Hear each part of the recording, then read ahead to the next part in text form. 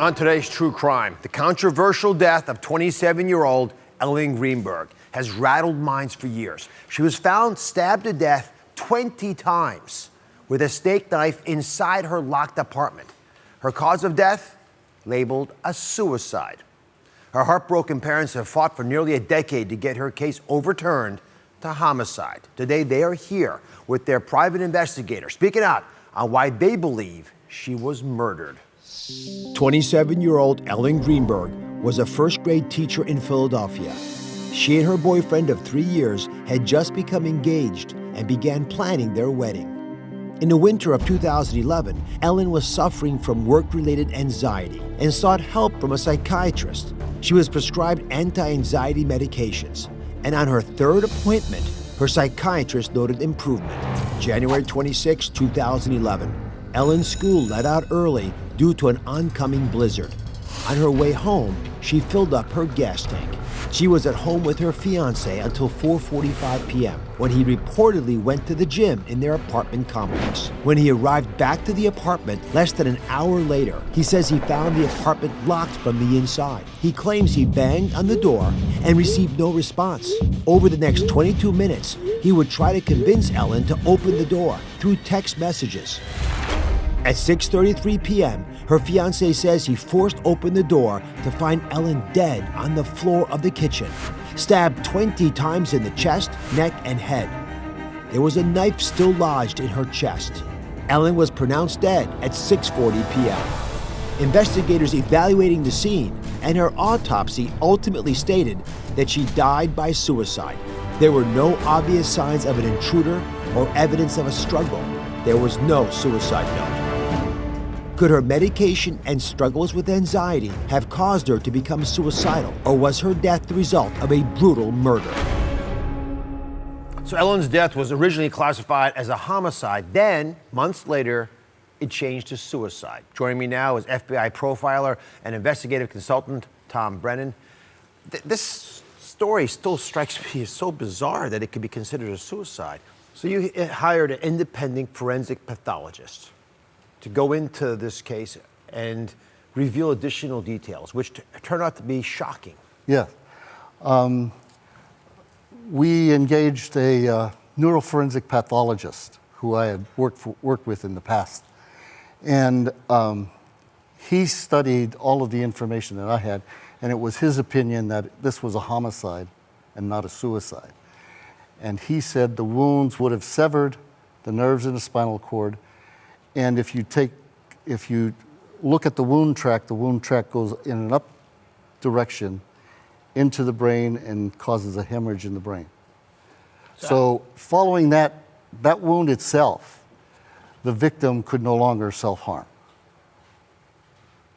So, you know, for anyone to say that this is a suicide is ridiculous. So there's a lot of question marks in my mind. Yes. as I look at this as a physician. Now, Tom has provided us with 3D illustrations that show the severity of Ellen's stab wounds. Come on up here. I want to share this with the entire audience. So first off, the amount of stab wounds to her body is beyond startling. Ellen sustained a total of 20, I'll say it again, 20 stab wounds, right? 8 to her chest here, 1 was in her abdomen.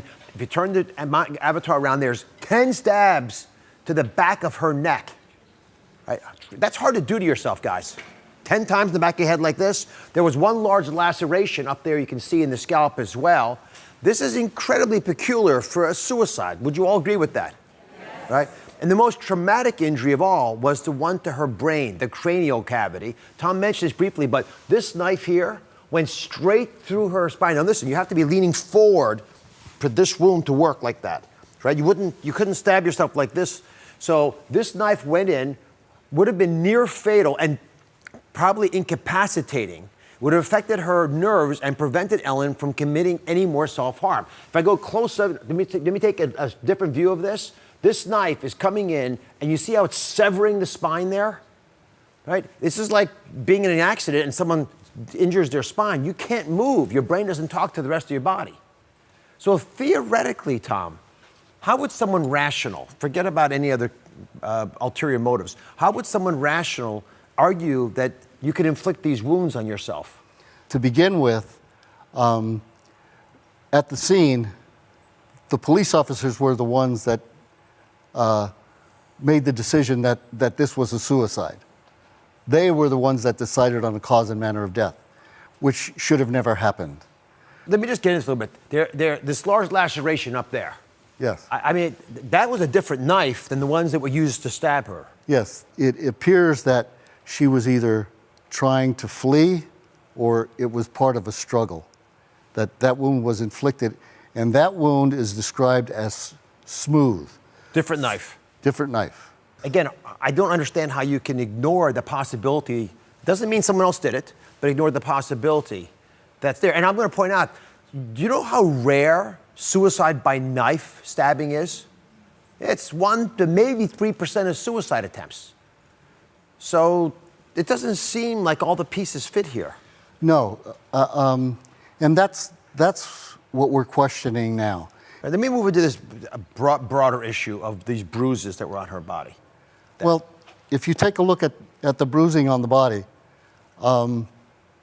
they're in different, in the autopsy report, it states that they're in the different stages of healing, which means they were administered over time. And the only time Old bruises and new bruises. Old bruises and new bruises. And the only time I've seen anything like this is in a case of where there's physical abuse involved. And if you take a look at her wrists, okay, they say there aren't any defense wounds, but if you take a look at the photographs, she has bruising on her wrist where it appears she was held.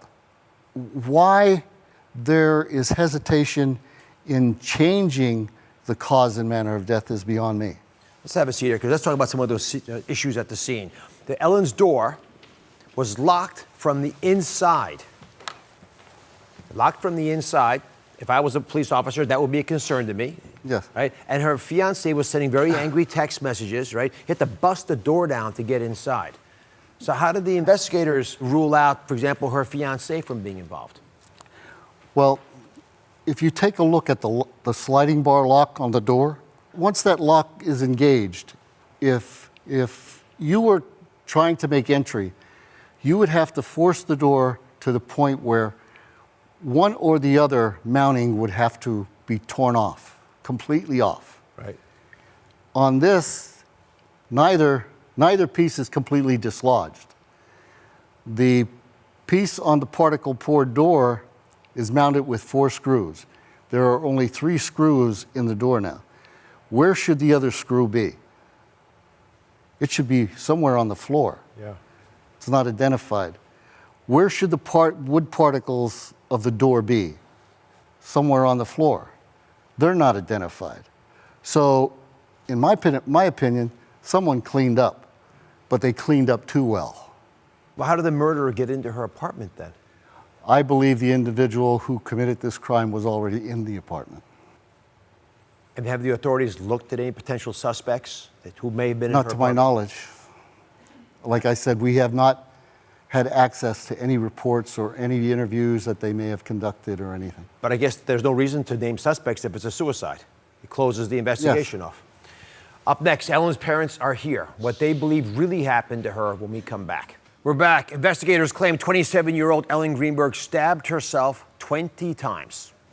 Her death was originally classified a homicide, then it changed to suicide just months later. Her parents, Josh and Sandy, refused to believe their daughter took her own life, and they have stopped at nothing to seek the truth.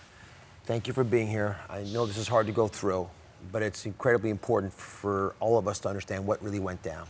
Let me just start with your daughter. What do you miss the most about that beautiful woman? Her energy, her smile, her deep laugh. And she was so much fun to be with. So. Why do you find this decision, this argument that this was a suicide, not a homicide, so troubling? It's impossible. 20 stab wounds, 10 of a significant number in the back, a stab wound that went into her cranium. I'm not a neuropathologist, but we've had experts look and report to us and damaged her brain. There were also, not, Tom did bring this up, but there were 2 different knife blades used, a serrated blade and a straight blade. And I believe the police only found 1 knife. There's just so many incongruities here, so many what I call threads. I'm trying to understand why this is not already ruled a homicide. The stab wounds were through her clothes. There are so few suicides done with knives. So there are a lot of reasons why I would think rational law enforcement leadership would argue this is a homicide. So one of the arguments is for her doing it to herself is she had a mental health problem. Did she have mental health issues? No, she did not. She had a problem with anxiety, which a lot of people have. And what had happened, we felt that we wanted professional help because I didn't know how to deal with anxiety. I may be a health professional, but I'm not trained in that. And we sent her to a psychiatrist to deal with that because we wanted the best. And one of the things in her notes was not suicidal, not wanting to do harm to herself. The diagnosis was an adjustment disorder with anxiety, no depression. And even after like 3 sessions with the psychiatrist, she said she was like 75% cured, I believe. So Ellen was having an issue, which we all have at times. So let me just bring everyone in the audience up to speed on this, because I asked that question in a little bit of a leading way. My team reviewed Ellen's toxicology report.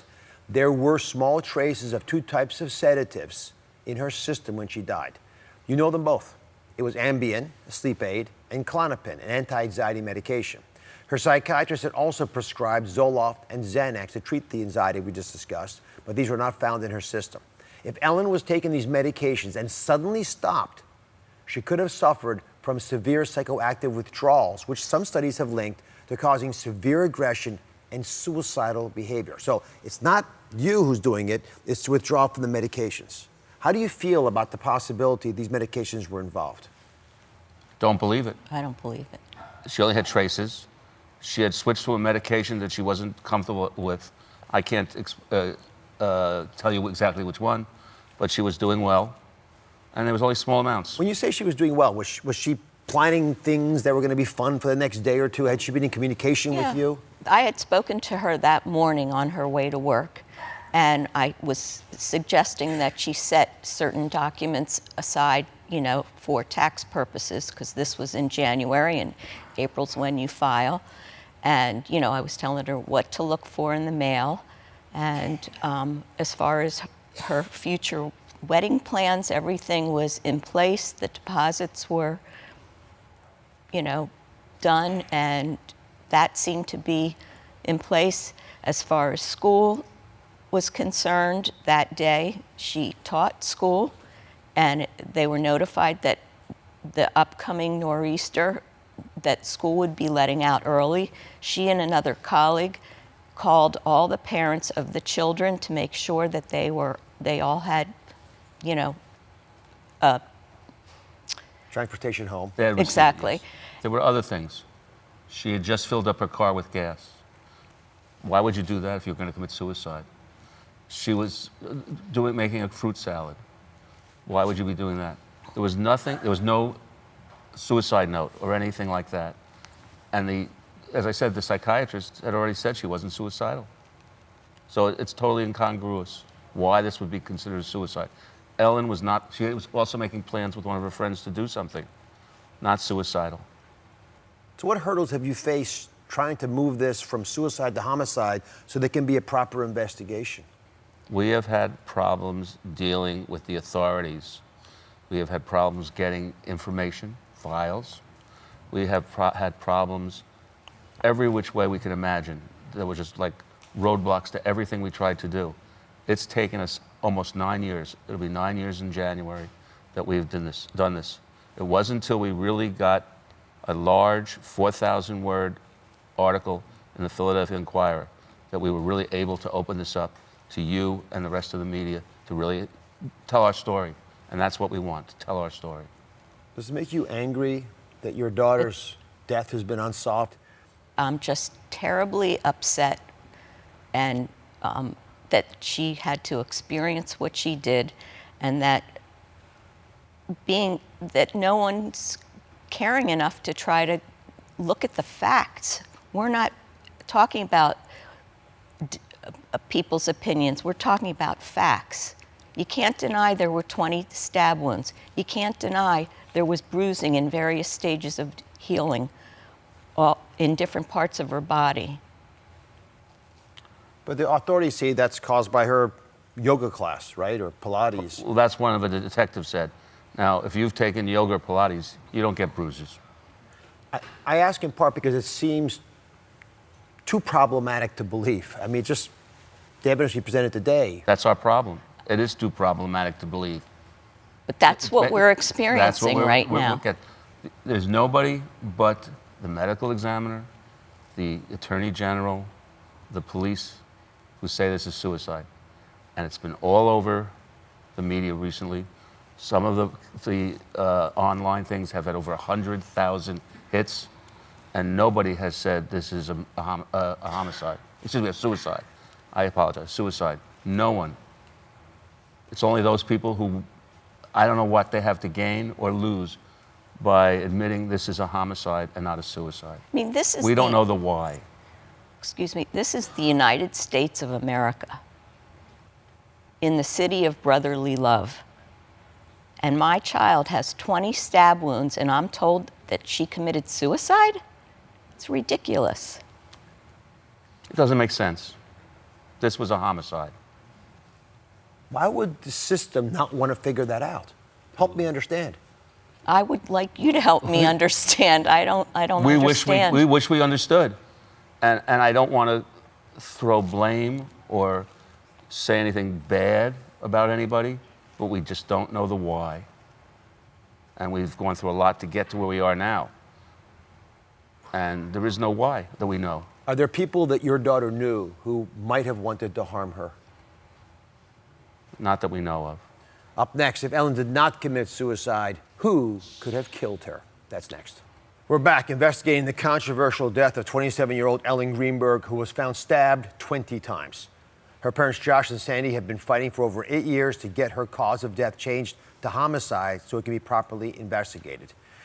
So Ellen's autopsy showed these new and old bruises. You'd know better than anyone how the old bruises got there. Any thoughts? I was shocked when I read that in the autopsy report. We had no clue. No clue. She hadn't complained about anything that was troublesome to her? No. Well, she did want to come home. That was the only clue that there ever might have been. This whole thing was totally out of my life experience. The only thing I cared about was my daughter and her job. And maybe that, some people think I'm very materialistic, but I was a father actually, and I cared about my daughter. So I made a deal to have her see the psychiatrist and work that to get her better, because I didn't have the training, and I cared about the job. You just can't walk away from a job. What did she say that made you think she wanted to come home? Well, she was expressing that her workload at school was, very overwhelming. And yet, after she passed, when teachers went into her classroom, everything was in order. All the grades were in, there was lip gloss everywhere. Everything was in perfect order. So I didn't know how to interpret things. She was engaged. To be married. To be married. How did her fiancé react to this tragedy? Well, he would say that he missed her. We kept in touch over the course of the year after, and we would have a nice conversation, and he did say that he missed her, which of course we did too. But at the end of every conversation, we know this was not a suicide. You'd say that? I did say that. I don't know where it came from, but that came out, and there'd be a pause of silence. And after I would hang up the phone, I'm like, I don't know where I got the strength within to say it, but that's truly how I feel. And I never felt that it was anything but a murder. What do you believe really happened to her that day? I believe she was a victim of a homicide. We reached out to the Philadelphia Police Department on their investigation. They declined to comment. We also reached out to the Pennsylvania Attorney General's office, and they said in part, our office has concluded that this evidence supports suicide as the manner of death. Accordingly, we have communicated our findings to the family through representatives and have closed this investigation. The medical examiner's office declined to answer any of our questions, but they reconfirmed that Ellen's death was ruled a suicide. I don't know how you all feel about this, everybody, but I feel so moved by Ellen's story today that I decided to support her family's Facebook page. It's called Justice for Ellen. So sign up to show your support for changing Ellen's cause of death from suicide to homicide, just so we can get the facts out there and understand what really happened. An appropriate investigation ought to take place. And to review her mysterious death case files in chilling detail, you can go to droz.com/crimehunters. I feel very badly that you've gone through this, but mostly for losing your daughter. I don't know how I would ever deal with that. Thank you for watching. Don't forget to subscribe and turn on notifications so you never miss out on new videos to live the good life.